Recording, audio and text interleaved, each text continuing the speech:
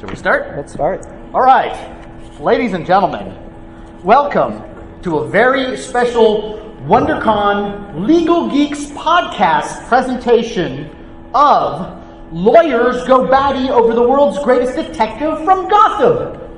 Who could that possibly be? Thank you. Thank you. Already rabble-rousers.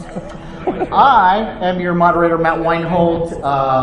I am one of the cast members. Some of my fellow cast members are in the audience of the podcast MonsterParty. Anyone ever here? Smattering? Okay. All right, well, that's our panel. Let's move on. I also wrote on a cartoon, CGI, I guess is still considered a cartoon, right? Beware the Batman, anyone? It's good. This is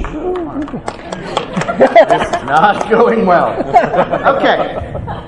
But, so, Legal Geeks is a podcast, if you haven't listened to it, where lawyers, people in the legal field, involved with justice, real people, debate the kind of legal aspects of nerdy things. So like Star Wars, the Marvel Universe, DC Universe, Land of the Giants, whatever you want to throw in there, I don't know. But this show is going to be about Batman. Let's have a round of applause for Batman, folks. Come on, let's get that energy up. And for the panel, we've got some, I would say, superheroes in the legal field. First of all, we have Steve Chu, Esquire, right? Is that how I say it? With the? That's fine. Yes, good, thank you. He's assistant attorney, U.S. attorney in San Diego, who works on civil cases against the federal government. Please, let's give him a round of applause. He's also a giant fan of Star Wars and an avid toy collector. We need to talk. Out of the package, in the package, both. Both, actually. All right, there we go. That's the correct answer. Now, whoa! God. Our next guest we have is Jordon Huppert. Did I say that correctly? Huppert. Much better. Esquire, a public defender in Eugene, Oregon, who is a fan of Green Lantern, Superman, and all things comics. Jordon is a guest blogger on the Legal Geeks and has presented at multiple Comic-Cons. So give him a round of applause, please. And next we have Courtney McNulty, Esquire, who is attorney for Legendary Entertainment television division, where she gets to live out her dream working on nerdy shows like Lost in Space. She is also the co-host of Nerd In Out. Nerd In Out, not Nerd In Out. A nerd-based pop culture podcast. Please, let's give Courtney a giant round of applause. And finally, the host and co-creator of the Legal Geeks podcast. A podcast recognized by the American Bar Association as one of the best law blogs and podcasts in the country. Ladies and gentlemen, it's Joshua Gilliland. All right, let's get into this. Now, obviously we need more than an hour to really cover the serious legal problems that are involved in the world of Batman. There are so many, but let's do the best we can in an hour. First up, Josh. Josh, how could the Gotham police in the 1966 TV show Batman deputize vigilantes without violating the Constitution? Thank you, Citizen Matt. Let's go back to a campier time. Sure, it's in the middle of the Cold War, and there were a few race riots, but deep down, we all loved each other. And in 1966, that magnificent work to art came to the big screen with Batman. Check it out. If you haven't seen it, it's a fun film. But in this early part of the movie, there's a press conference. And the evil Catwoman, doubling as a reporter, asks Batman to take off his mask during this press conference. And they tell her, no, we're not doing that. And Commissioner Gordon says Batman and Robin are deputized. That's the only time that I that I know of that's appeared. Now, there's 80 years worth of content, so if someone says back in Detective Comics 92, I haven't read that, but this is one of the few times on the big screen where we actually have an acknowledgement of law enforcement deputizing Batman and Robin. So what's that mean? Well, in California, any qualified person can be deputized by law enforcement to help carry out law enforcement. And when that happens, that person has the authority as law enforcement to conduct law enforcement. Now, things get weird if Batman has to testify in court after an arrest. Because how can that person, Batman, swear on the record who he is? They would probably treat Batman as a confidential informant, like what we do with undercover police officers. Now, we did a podcast during the great Bat Gym arc in the Batman comics, and if you haven't checked that out, haven't read it, get the trade paperback. Bat Gym is the dad we deserve, and it can work. We did a podcast with a New York judge, and he went into great detail about how confidential informants work. And in this case, I think Batman would be very similar to a confidential informant, and they would probably have a different police officer effectuate the arrest. So that way, that police officer could testify, reveal their identity, and that way we're not violating the Constitution with two masked vigilantes who happen to be deputies conducting law enforcement. Okay. I still don't like it, though. Don't worry, old chum. It's going to be okay. All right. Okay, Steve. In The Dark Knight Returns, was Batman's vigilantism justified against the mutants? Is he a criminal? So let's take a look at the next couple of slides here. Has everyone here actually read The Dark Knight Returns? One of the seminal Batman works by Frank Miller in 1986. Nice animated version, too. Very good, yeah. Right. And so this is a sort of dystopian future.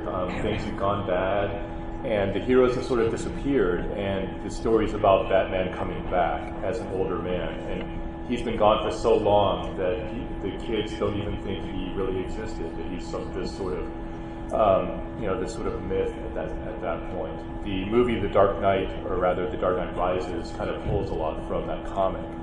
In the comic, when we're trying to find out what happened to the heroes, Superman appears, and then he mentions that at some point the heroes were all called in front of a congressional subcommittee, and Batman is asked a question to which he responds, "Of course we're criminals.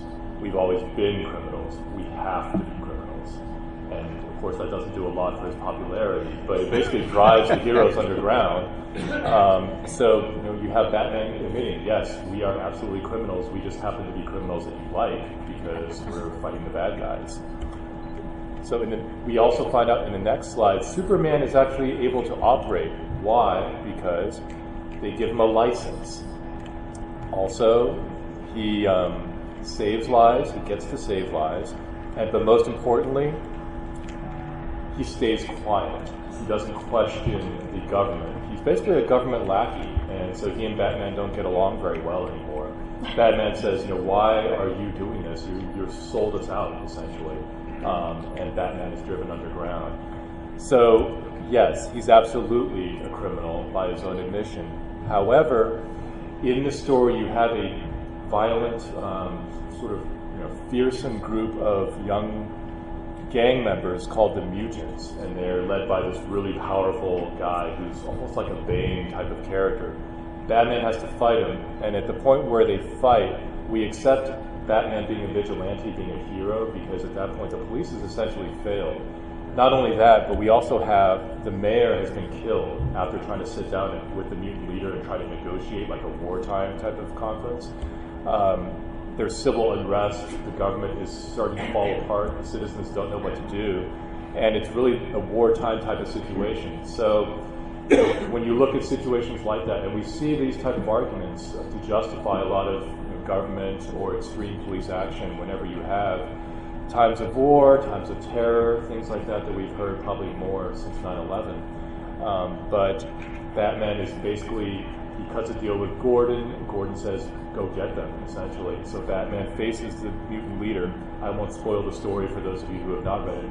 I would definitely suggest everyone if you're a Batman fan, this is definitely one of the must-reads. But Batman becomes the champion of Gotham. So at least in that moment, yes, he's a criminal, but we accept him. Now, if we look at the law, and the courts really have spoken on this, the law really frowns on vigilantes. The Supreme Court, both of the United States and of California, both said that. There are a lot of concerns here, and really this is far more than we can go into in 1 hour. But the thing about vigilantes is, number one, what if they actually get the wrong person? They think they've got the right person, but they don't. Now, in a comic, oftentimes, not always, but oftentimes the reader gets to see who the real criminal is. So you know who deserves the punishment. And then you watch and read as the hero tries to track down the criminal. But in real life, oftentimes, we just don't know, even up until the very end. So that's a real concern. What if we get the wrong person? Additionally, there's this real check and balance issue, which is the police have to answer to someone. They have to answer to the public. They have to answer to the government, the mayor, the president. They aren't just running around without a license. They have to train and they have to become deputized. Now, with the heroes, it's that saying, who watches the watchers? That's been explored in another 86 seminal work, The Watchmen. But basically, who do the superheroes answer to? To who do they answer? Marvel, they kind of explain that where the Avengers have a UN charter for a while, but then they kind of fight against that. In The Dark Knight, they talk about it. Well, who would the superheroes answer to? Superman agrees to answer to the president and some of the government, but Batman and the others refuse. And this issue is explored more fully in another seminal work, Kingdom Come, but we'll come to that in a little bit. And not to jump ahead, but I would think there's always going to be a problem when you have a secret identity. Right. Yeah. Because who are you going to hold responsible? Absolutely. Yeah. For just really quickly, if let's say Batman hurt someone, and if you were a policeman, the policeman could be sued for hurting someone. If it's Batman, who do you sue? You try to sue Batman. But if you know his secret identity, well, now you've got Bruce Wayne and his many billions. So you got a deep pocket. You could have people actually just claiming that they've been assaulted by Batman to try to cash in on the lottery or whatnot. But there's just another huge series of topics there. Okay, Josh. Could suspects apprehended by Batman sue Commissioner Gordon for excessive force? He's kind of rough on the criminals. The answer is a solid maybe. And it all depends on whether or not Batman is a state actor. Because if he's a state actor and, say, deputized, he has to follow the Constitution. So there could be excessive force claims if he's causing spinal cord injuries, dropping mobsters off roofs, and all of that. That's excessive force. So the issue then turns, when Commissioner Gordon uses the bat signal, does that turn Batman into a state actor? And the answer is, if I were a plaintiff attorney or a criminal defense attorney, I would argue yes. And if I were the DA, I would say no. Don't you love law? Yeah. And then some poor judge has to go, and figure out the right answer. But I would tend to believe if a state actor, then yes. Now, the part of the ambiance of Batman is having some deniability on the police part, because things are out of hand with the villains in Gotham, which is why Batman's needed, because law enforcement's inadequate. But I would definitely think it's tending towards a 1983 action could be brought for excessive force if he goes too far. But he kind of always goes a little too far, doesn't he? It depends on the writer. Okay. Right. Okay, so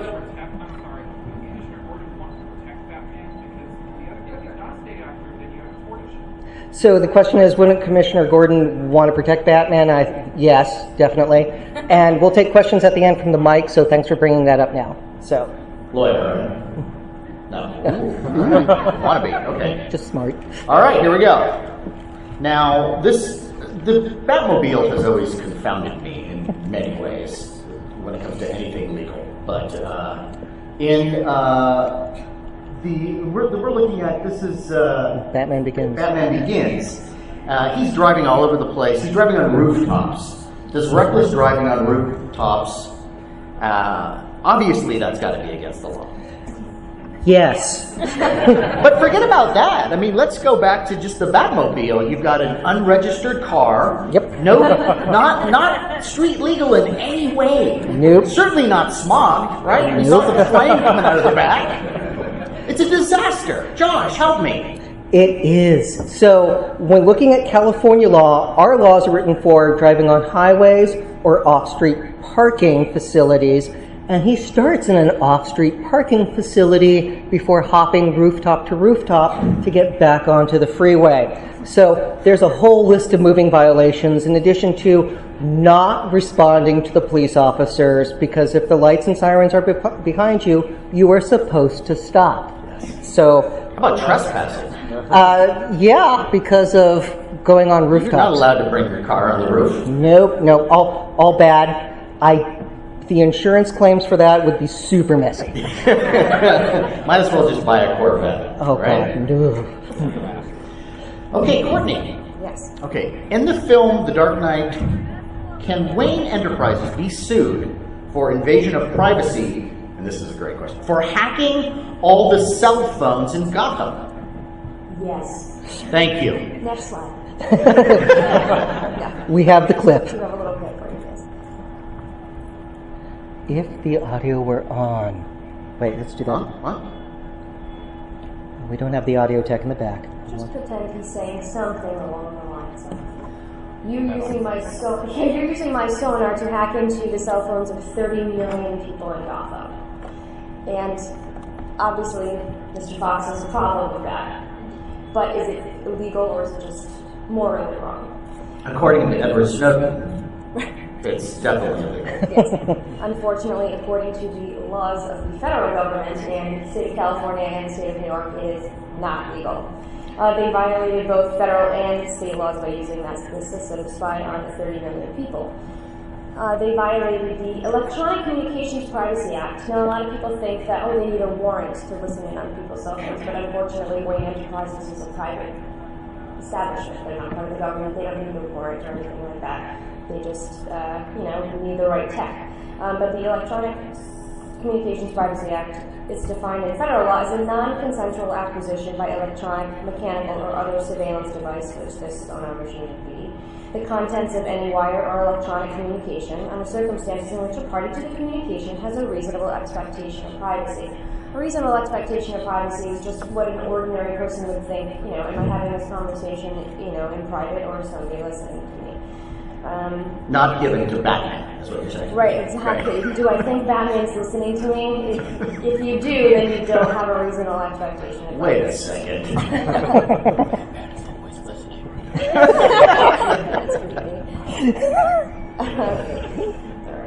Under federal law, it's a crime to wiretap or use a machine such as Fox's sonar machine to capture the communications of others without court approval unless one of the parties gives their consent.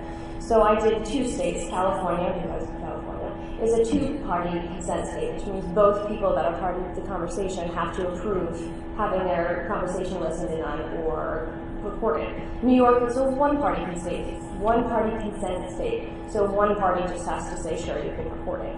Unfortunately here, no parties consented because Batman just said, what the hell, he's going to go ahead and listen to everybody anyways. So they, in the end, although the computer system was destroyed, they definitely violated a lot of civil liberties and a lot of laws. And unfortunately, I think Wayne Enterprises, should everyone find out, would be subject to a lot of civil lawsuits.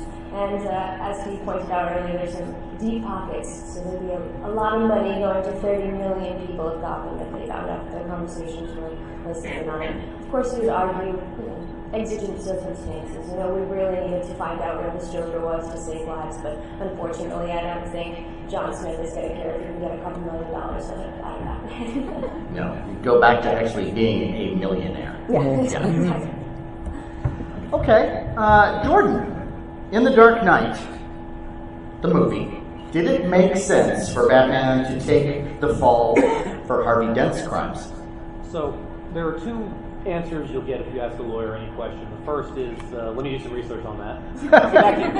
The second is, it depends. So the answer to the question is, it depends. It depends on what Batman's aim was here. If his aim is to help his buddy Harvey Dent avoid some messy publicity, then yeah. yeah, it makes sense for him to do that. It provides the police a scapegoat. Not that they can already have a better one than the Joker, but we'll shuffle that over there for a bit. If his aim is to protect Harvey from some kind of legal trouble, then no, it probably doesn't make sense for him to do that. There are enough witnesses at this point, there are enough people there are enough people who know kind of Batman's mystique, his legend at this point, that he doesn't go around wantonly killing people, that it doesn't make a whole lot of sense why anybody would think that Batman did this. The legal case, if they decided to bring it, we'd be okay. But you also wonder if they decided to bring it. Full disclosure, I do public defense work, so the government is not my most trustworthy source. There is a real question whether or not the police would decide to bring an investigation into the actions of this beloved district attorney, Harvey Dent, who just ran a huge district attorney campaign on let's take back this city. So it depends on why Batman was doing it. Now, the other interesting thing about this, and this may just be me griping, but you have this character in Batman who starts off in Batman Begins saying, I'm going to take down this corrupt Falcone, the corrupt mobster who's bought out the system and become higher in the courts. He's going to right all the wrongs and make it so the system functions again. And then in the second movie, he says, screw the system, you're my buddy. So ultimately, I think the answer is no. It doesn't make sense for him to do that in any kind of legal or character-driven sense. All right. Okay, everybody. This next one we've all been thinking about for years. Considering the relationship between Batman and Robin the Boy Wonder. Child endangerment. Anyone? So I have been voluntold that this is my topic. This is a topic that could also span an entire hour, yes, not weeks or months. Yes. For all the minors in the audience who are thinking about a superhero sidekick career, I would say please be careful. I might just say please don't. Please don't. Please don't. No. Unless you have actual superpowers, maybe. I don't know, but my uncle works out. Let's go fight crime. Right. Exactly. Yeah. So you can't have Batman without Robin, at least in the public consciousness. That's how Batman has become famous through Adam West, through the various movies, the comics. Even though he did debut, as a solo character, eventually Robin came in pretty quickly, and we know Batman and Robin is sort of the quintessential team up. But the big problem is Robin is typically underage. Now, we can debate that a little bit there. When you look at the comics, there have been several different Robins. A great trivia would be if anyone can name each and every one of those. Maybe we can get to that in a little bit.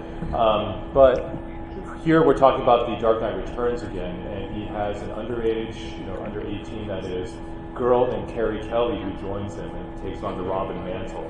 So at this point again, Robin has become this larger-than-life character who is not owned by one person. It's a mantle that has been passed on to different people.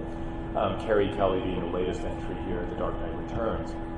And within that comic itself, at one point, the new police commissioner is chasing Batman. They spot that there is a child, Robin, with Batman, and Yindel, the commissioner, says, let's add child endangerment to the charges against Batman. Let's take a look at the elements here. Without getting overly technical, basically the issue is what the law says: if you willfully cause or basically allow the child to be placed in danger where their health or their body, their person is threatened, then that's a problem. Or of course, if you yourself directly threaten that child. One interesting wrinkle in this law is that the child does not actually have to be harmed. It's enough that the child is placed in danger. So let's take a look at what happens, and maybe we can actually answer this question just by walking through this. What do Batman and Robin do? They jump off rooftops. They engage in close quarters combat with opponents who are often armed. And inexplicably, they always get away from that. But they also pilot armored vehicles in the combat situations.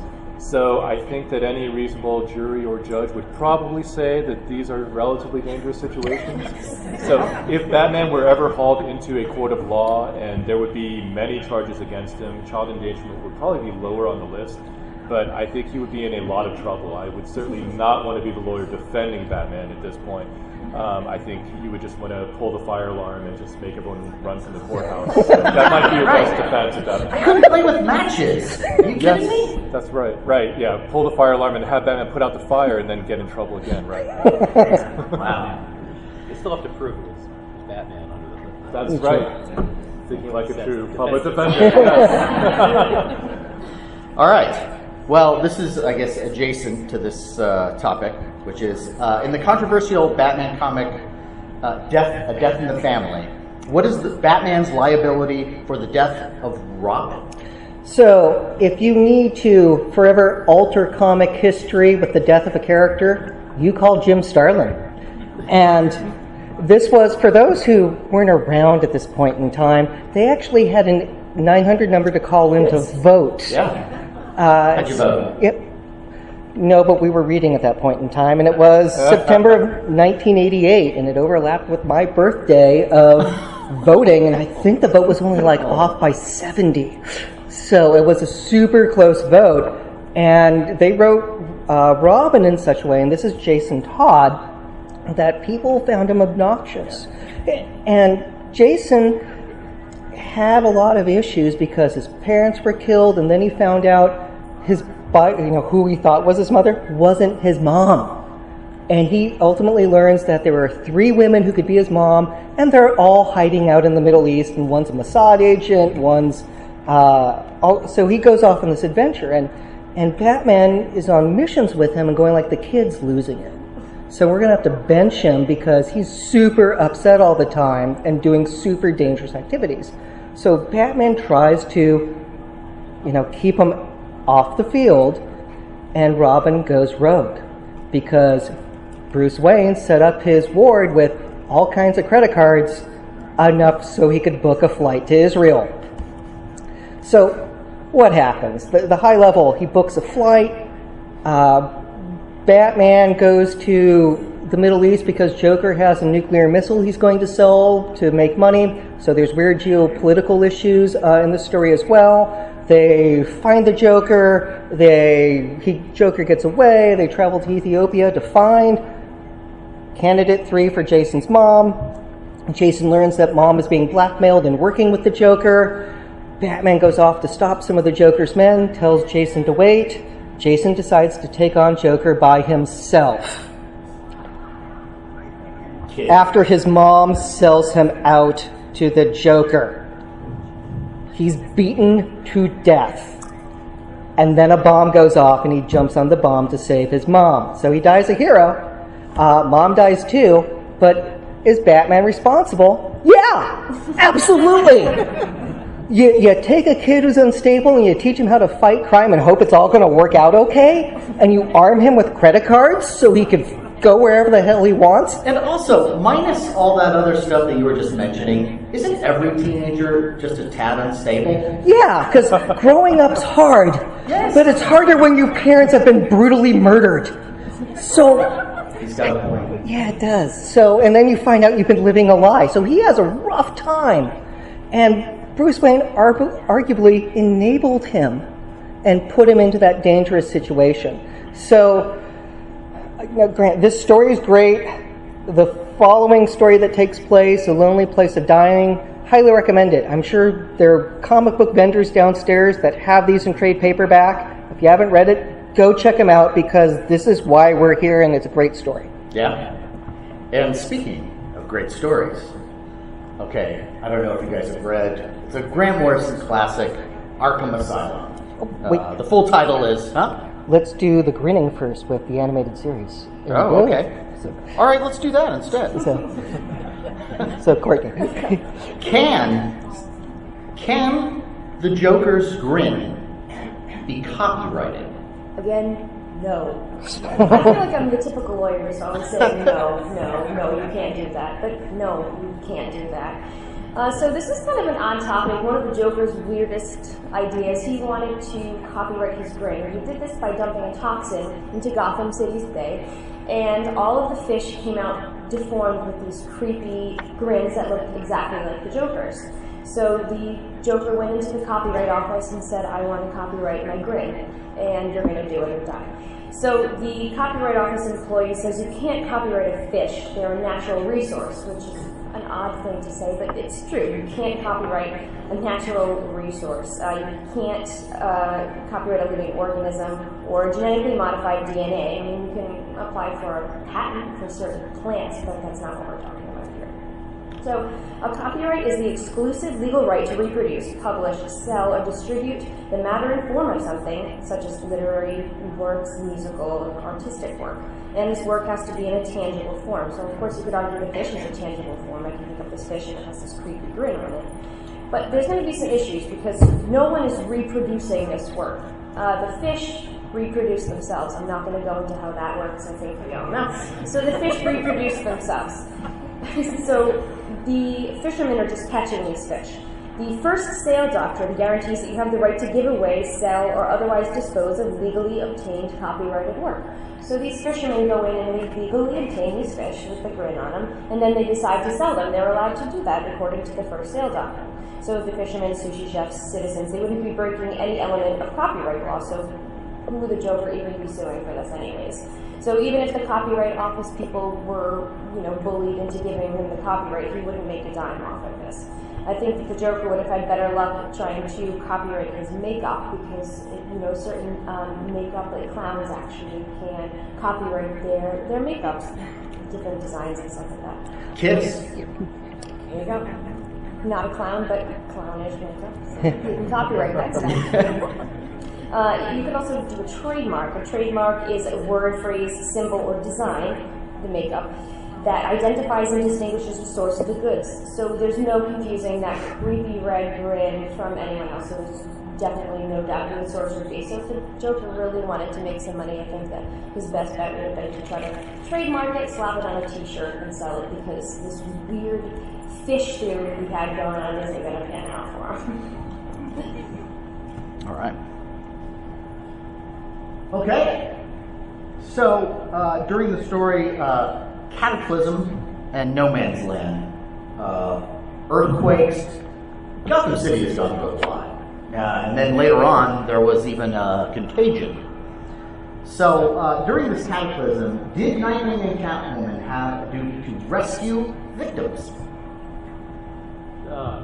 Short answer, no, they didn't. The law doesn't impose special duties on random everyday citizens, even if they put on masks and costumes. You're not under any obligation to help anybody. That's why we have the Good Samaritan laws that protect people who do take that kind of special step to try to help people. Because you're not legally bound to do that. Nightwing, Catwoman, Batman, Superman, anybody. This morning they had the memorial of Stan Lee, and I thought an interesting quote to put in here is his, and that person who helps others simply because it should or must be done, because it is the right thing to do, is indeed, without a doubt, a real superhero. So that's what they're doing. They're not under any special obligation, legal or otherwise, to do it. They're doing it because it's the right thing to do. Isn't it sort of like the other side of the coin of being a vigilante too, which is that, you're fighting crime to help people, but if you're rescuing someone, you could also somehow put them in even more danger? Well, there are special circumstances that don't really bode going into in any great depth that require you to, if you're going to undertake that step to save somebody, to do it with some reasonable care. Like if you're going to perform CPR on somebody, you have to perform CPR well, and if you don't, then you might be liable for damages. Okay. So you can go into that, but ultimately the answer to the question is no, they don't have any obligation to do it. Okay, so now we're talking about the classic Grant Morrison Arkham Asylum. Now, in this story, did Arkham Asylum violate Harvey Dent's Eighth Amendment rights by taking away his coin? They took away his coin! And it made him a mess. So they then give him dice and then tarot cards to help deal with this obsession of duality. And when the inmates take over the asylum, Batman finds Harvey Dent under a desk playing with cards. He's wet his pants because he can't decide to go to the bathroom because he doesn't have his coin. So, putting on my plaintiff lawyer hat of like, dude, that's evil, don't do that. That's my 2 cents on it. Now, we then have to get into the tests. Now, if you follow our podcast, at San Diego Comic Fest 3 weeks ago, we did a mock trial with law students on this issue. And they forgot a key thing in the arguments. You can listen to we posted it, they did great arguments, but they forgot one key fact. Dr. Cavendish turns the asylum into a giant trap for Batman. Arguably, all the treatment there was bad because everything was designed to fail. So I would have nailed my flag to that banner for that argument. But the legal test was Harvey Dent's treatment deliberately indifferent to his medical needs? Dr. Ruth Adams saw what was happening to him, admits that it's experimental treatment, and keeps doing it. I don't think she was in the right. Now, ultimately, I think a jury should decide this, especially when you look at all the other facts that take place and the fact that she has to kill Cavendish in order for Batman to escape because Cavendish is trying to kill Batman. Arkham is a bad, bad place. You look at the lawsuits from the 1970s on asylums, you could see where this is inspired from, but it's definitely, I think they violated his civil rights. Okay, 1989, the Tim Burton Batman film. The Joker gets some, dare I say, questionable plastic surgery? Does the Joker have a medical claim for malpractice? So this is an interesting question, and I guess the short answer would be that we can't say for sure, but it's unlikely. And the reason why it's difficult to say for sure is because we don't have a lot of facts. All we have is we see the Joker, Jack Napier, fall into the vat of acid, and then a few scenes later we see him in this sort of underground clinic with this doctor who, I think it's safe to assume he's not licensed. He's practicing underground, with dirty equipment. And he treats the Joker. The Joker tears off his bandages and starts laughing. So it's a very memorable scene. And the doctor pleads with the Joker, who begins smashing his equipment. The doctor says, "Please, you see what I have to work with here." So at that point, can the Joker sue the doctor and say, "Doc, you screwed up, you messed me up"?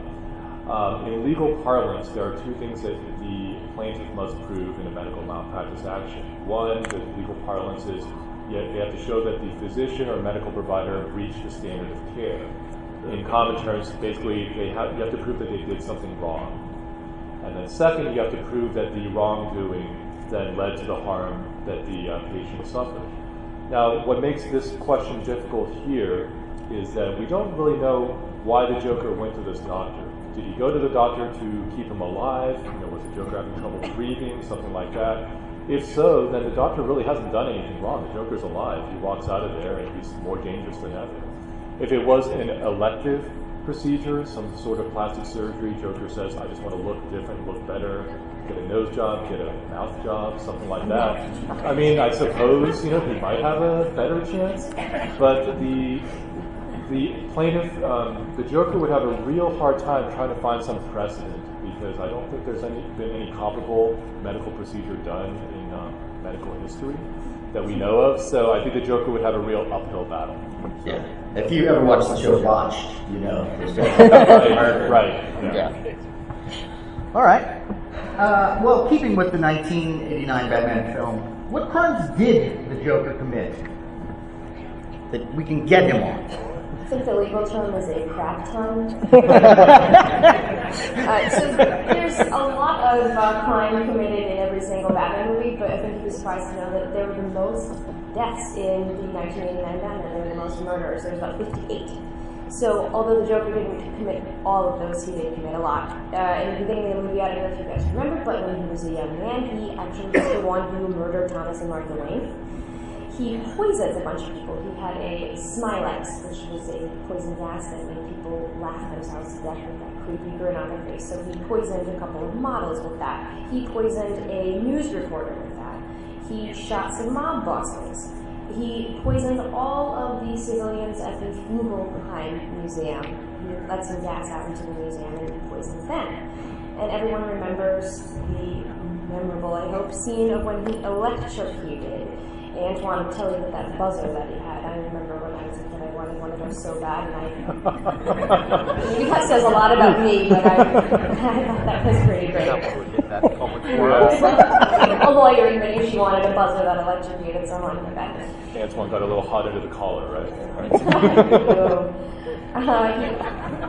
He also shot Lieutenant Max Eckert. Now, I put that one under manslaughter because if you remember, Max was sent to murder the Joker, so he would have a solid self-defense claim, so I don't think it would be straight-up murder.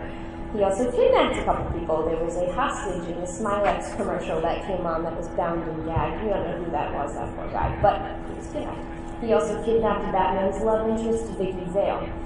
And he attempted to murder all of the citizens of Gotham by poisoning them with this Smilex gas at this parade. He wanted just everyone to die. You can see why it didn't look like the darkest Batman, but this Joker was probably the most twisted, in my opinion. He just wanted everybody dead.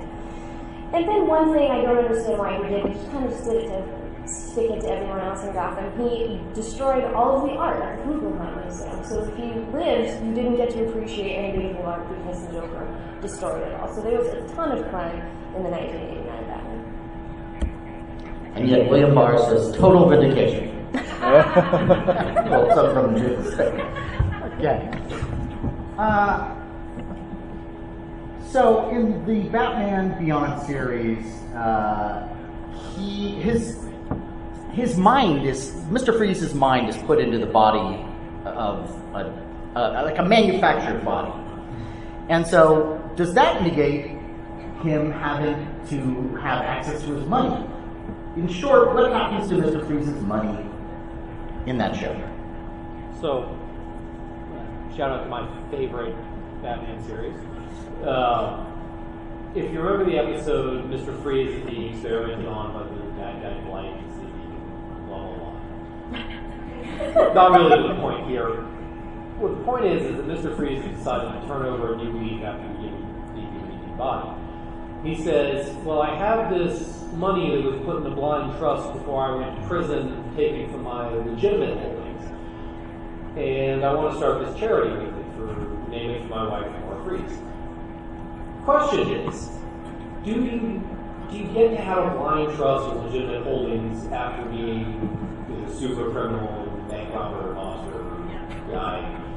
And putting aside for a moment the fact that when we first meet Mr. Freeze in Batman the Animated Series, he's embezzling money from his employer, oddly enough, voiced by Mark Hamill, and because he can't afford to keep up the treatments on his wife.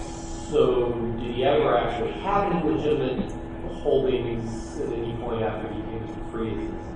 Kind of up in the air, but assuming he did, what would happen to those? And the answer is there's this thing in the law called criminal forfeiture, which basically means if you commit crimes, the government gets to go after everything you own that was derivative of those crimes, not just the money you stole, the cars you used that money to buy, anything that they can tie directly or indirectly to the proceeds of that criminal activity, they get to go after and seize. So it would be a decidedly uphill battle for Mr. Freeze to show with any degree of certainty that he had any real legitimate holdings with which to start this blind trust. The answer is probably no. And the government gets theirs. Fair enough. So, all right, this is the one I think that I've been wanting to know the answer to. Yeah. So, right, is there any way we would know by now that Bruce Wayne is Batman? I think Commissioner Gordon would have figured it out at some point. By looking at the guy in the mask and going, hey, is that Bruce Wayne? Yeah. If not, he's a really, really bad detective. Yeah, I know you're doing a gravelly voice, but I think you're Bruce Wayne. It's that chin, something about that dimple. Yeah. Now, is it in his interest to say, hey, I think you're Bruce Wayne? No, it's not. So I think he's just calling him Mulligan. But how about everybody else, though? Everybody else in the world who goes, I think that's Bruce Wayne. I think it depends how much press coverage there is of Batman, that if he's operating at night in the dark, are there good photos of him? Well, considering the day and age that we live in, everybody's got a camera, right? And that somebody would have some sort of footage of him for a second taking off the mask and scratching, you know? Maybe. It would depend how careful he was, and if he was shrouded in darkness all the time, that could help hide his identity. It definitely doesn't improve Gordon, though, to be able to say on the road that he doesn't look at that. Yeah. Okay, that's true. So there is an element of political like that. Yep. But you would think like every investigative journalist, TV show, everybody would be after that story. Yeah. I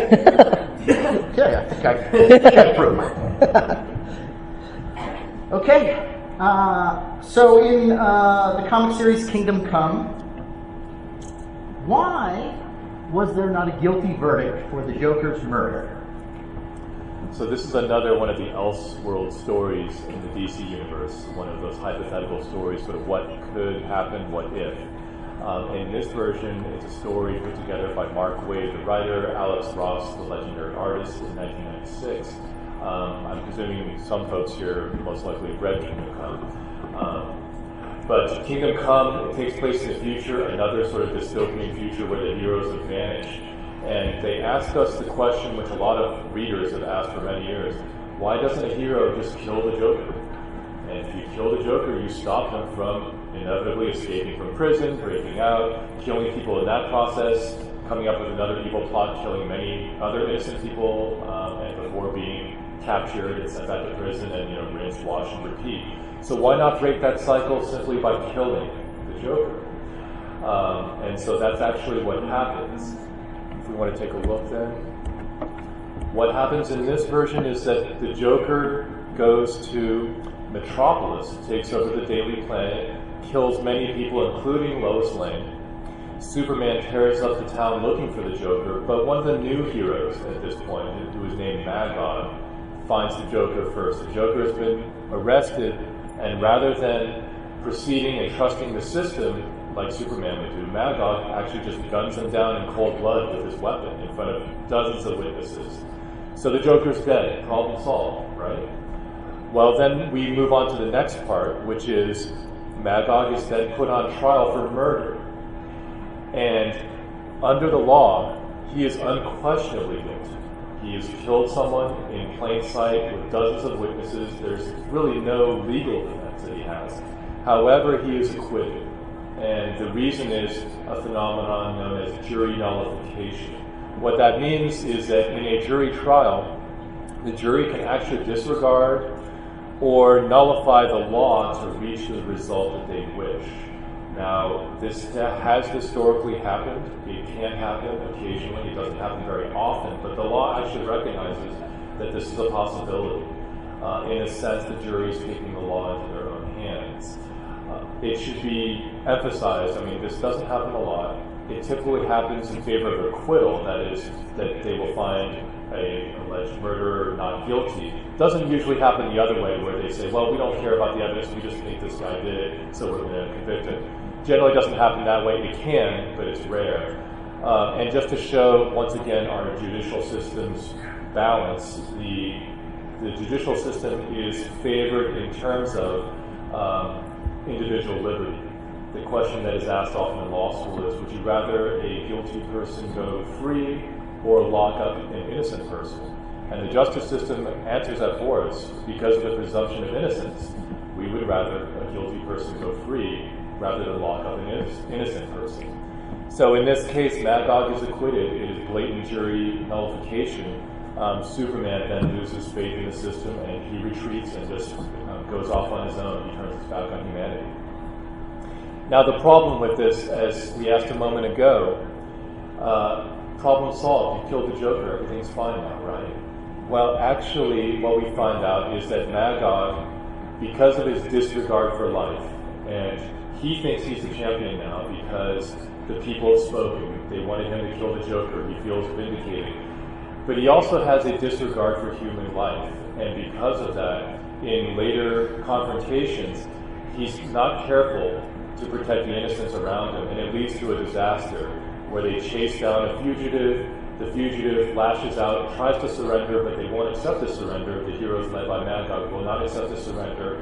And in the process, in the scuffle, one of the heroes named Captain Adam is ripped open and creates a nuclear holocaust that levels the entire Midwest. Tons of people are killed, and that's pretty much the end of that.